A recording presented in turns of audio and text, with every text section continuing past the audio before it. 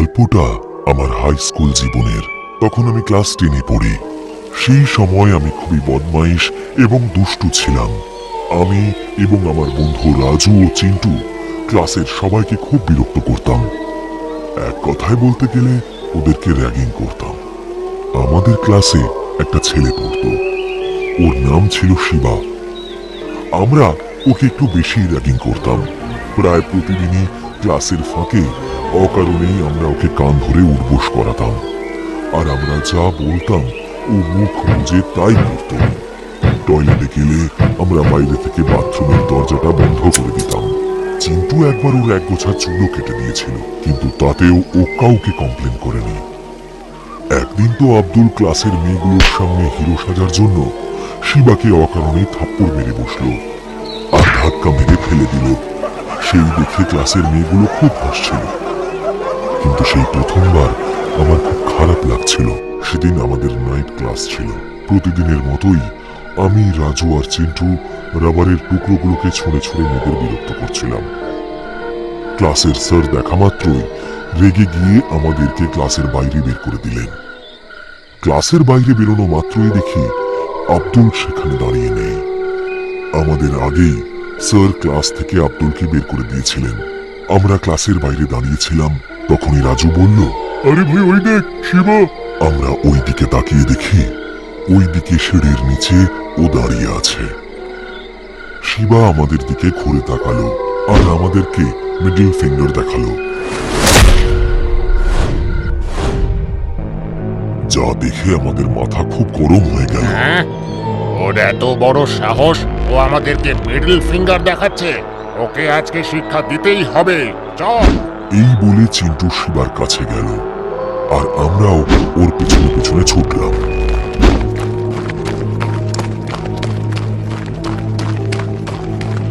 পিছু করতে করতে আমরা তিনজন তিনতলার টয়লেটের কাছে পৌঁছে গেলাম। হ্যাঁ, ভিতুটা মনে হয় টয়লেটের ভেতরে লুকিয়ে আছে। চিন্টু বলল আমাদেরকে, আরে চল না, ওকে মজা দেখাতে হবে। এই বলে আমরা তিনজনে টয়লেটে গেলাম। ভেতরে ঢুকতেই আমরা শিবাকে দেখতে পেলাম। ও আমাদের দিকে পেছন করে মাটিতে বসে কিছু একটা খাচ্ছিল। আওয়াজটা অনেকটা মূলো গাজর খাওয়ার মতো। কিরে ভম্বল, তোর এত ক্ষমতা, তুই আমাদেরকে মিডল ফিঙ্গার দেখাস? রাজু দূরে দাঁড়িয়েই ওকে বলল, কিন্তু শিবা আমাদের দিকে ঘুরেও তাকালো না। তাই আমরা তিনজনেই ওর কাছে গিয়ে দাঁড়ালাম। রাজু তার মাথায় চাঁটি মেরে বলল, আর তখনই ও ঘুরে আমাদের দিকে তাকালো। ওকে দেখে আমাদের লোম খাড়া হয়ে গেল, কারণ শিবার মুখটা পুরো রক্তে মাখা ছিল আর ও একটা মানুষের আঙুল চিবোচ্ছিল। ওর হাতের দিকে তাকাতেই ওর হাতে দেখি আর একটা কাটা হাত আছে। সেই হাতের আবার 3টে আঙুল শিবা খেয়ে ফেলেছিল। বাকি 2টো আঙুলও শিবা গাজরের মতন চিবিয়ে খেয়ে ফেলল। এসব দেখে আমাদের তিনজনের চোখ ছানা বড়া হয়ে গেল, আর আমরা হাঁ করে ওর মুখের দিকে ভয়ার্ত ভাবে তাকিয়েছিলাম।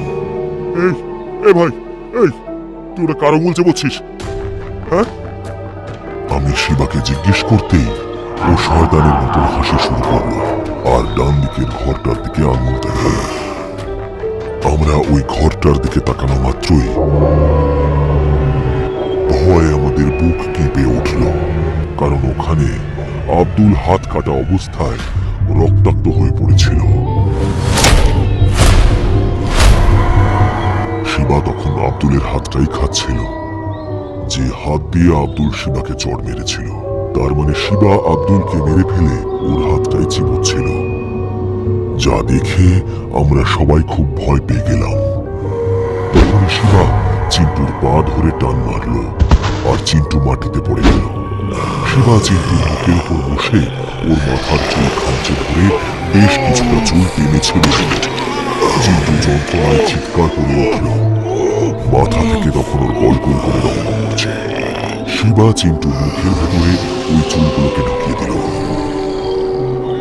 আর ওর গলায় সজোরে মারল, আর চিন্টু যন্ত্রণায় ছটফট করতে লাগলো। তারপরেই শিবা আমাদের দিকে তাকালো। আমি আর রাজু ওইখানেই দাঁড়িয়ে সব দেখছিলাম। আমরা এতটাই ভয় পেয়ে গিয়েছিলাম যে আমরা সেখান থেকে নড়ার মতন অবস্থায় ছিলাম না। আমি আর রাজু পালানোর জন্য দরজার দিকে দৌড়তে শুরু করলাম, কিন্তু যেই দরজার কাছে পৌঁছলাম দেখলাম শিবা সেখানে আগে থেকেই দাঁড়িয়ে আছে। মাথাটা বেঁকিয়ে ও আমাদের দিকেই তাকিয়ে রয়েছে আর বিড় করে যেন একটা মন্ত্র জপ করছে। আমরা ঘুরেই চিন্টুর লাশের দিকে ছুটে যেতে গিয়ে দেখি চিন্টুর লাশ ওই জায়গাতে দাঁড়িয়ে আছে এবং পাশে আব্দুলের লাশ। ওরা দুজনে আমাদের দিকে তাকিয়ে হাসছিল। আমরা পেছনে ঘুরে দেখি শিবা আমাদের পেছনে দাঁড়িয়ে রয়েছে। রাজু হাত জোর করে মাটিতে বসে শিবার কাছে কাকুতি মিনতি করতে লাগলো।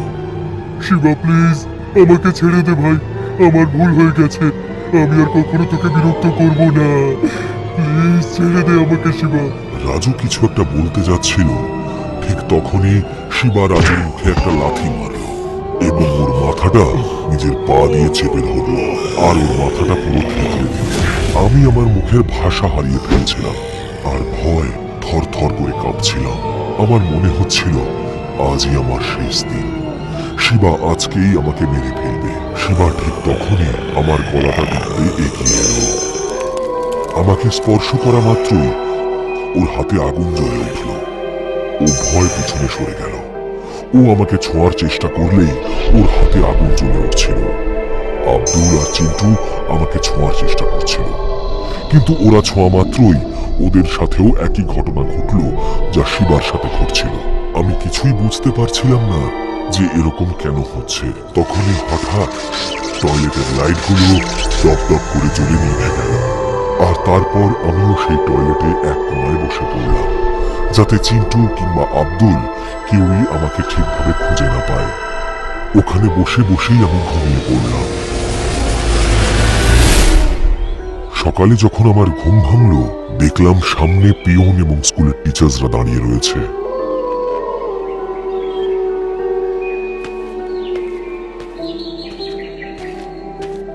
কাল রাতে কি হয়েছিল আর তোমার বন্ধুদের কে মারলো? তারপর আমি তাদেরকে বললাম যে শিবা হত্যা করেছে।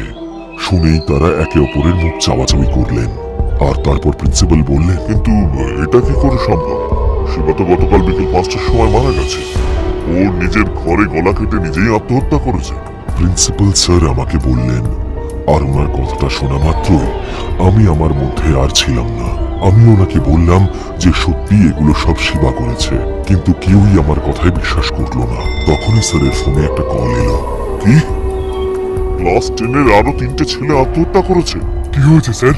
পিয়ন প্রিন্সিপালকে জিজ্ঞেস করলো আর স্যার বললেন, গতকাল রাতে আমাদের স্কুলের আরো 3টে ছেলে আত্মহত্যা করেছে। প্রিন্সিপাল স্যার উত্তর দিলেন, গতকাল রাহুল, মন্দার আর বিজয়, যারা ছিল আমারই ক্লাসের বন্ধু, তারাও আত্মহত্যা করেছিল।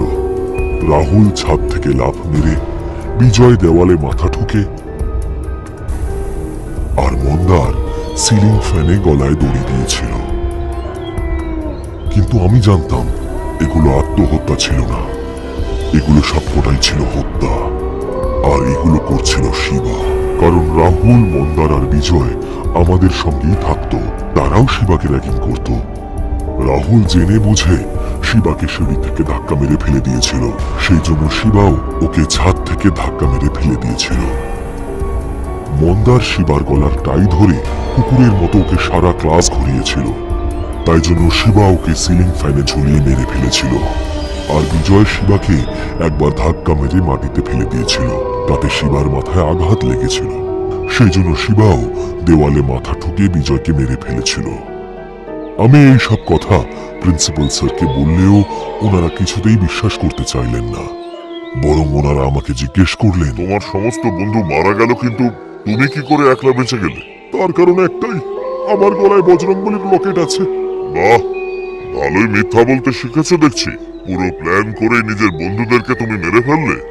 প্রিন্সিপাল স্যার আমাকে বললেন আর পুলিশ ডেকে আমাকে তাদের হাতে তুলে দিলেন। যেভাবে রাজু, চিন্টু আর আব্দুলকে হত্যা করা হয়েছিল সেটা একমাত্র সাইকিক মানুষই করতে পারে। তাই জন্য পুলিশরা ভাবল যে আমি সেই খুনি। সেই জন্য তারা আমাকে পাগলা গারদে আটকে রাখলো।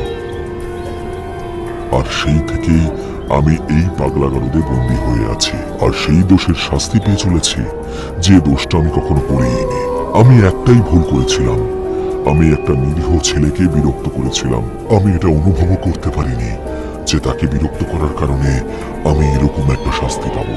মাঝে মাঝে আমার মনে হয় শিবা যেন জেনে বুঝে আমাদেরকে শাস্তি দেওয়ার জন্য আত্মহত্যা করেছিল। সহজ কথায় বলা গেলে এটা আত্মহত্যা নয়, এটা বলিদান ছিল। ও হয়তো শয়তানকে নিজের বলিদান দিয়েছিল, যাতে মৃত্যুর পরে ও নিজের হাতে সবাইকে শাস্তি দিতে পারে যারা ওকে হেনস্থা করেছিল।